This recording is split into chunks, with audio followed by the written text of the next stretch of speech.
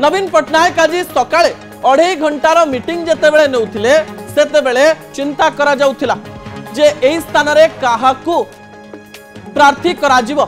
मनोज मिश्रंकर ना आसुथिला, जणे महिलांकर ना मध्य सामना को आसुथिला, मोहम्मद आदामकर ना मध्य सामना को आसुथिला, भानु प्रताप सिंह कर ना भी सामना को आसुथिला।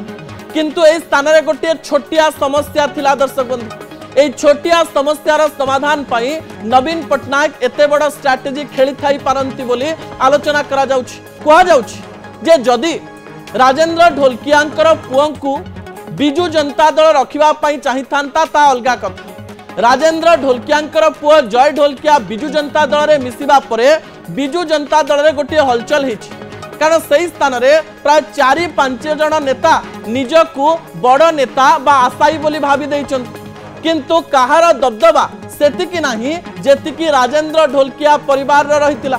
जदि सेमानंक भितरु काहाकू टिकेट दिया जाई थांता ताले बिजु जनता दलर एकता उपरे प्रश्न उठी थांता, किछि प्रार्थी निराश होई थांते, किछि बिजु जनता दलर नेता एकाठी न रही अन्य दल को भोट दे दबार संभावना मध्य रहितिला।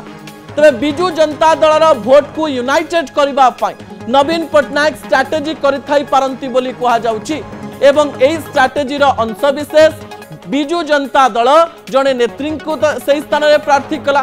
स्नेहांगिनी ना घोषणा करी राज्यर गण नेता को सही स्थान को पठाइला, जोथि पाई सही स्थान रे लोकमानंक मध्यरे एवं बिजु जनता दल नेता नेत्री मध्यरे मतभेद न हेबो, समस्ते गोटिए मन नै काम करिवे। यार अंशविशेष हेउचंती स्नेहांगिनी छुरिया।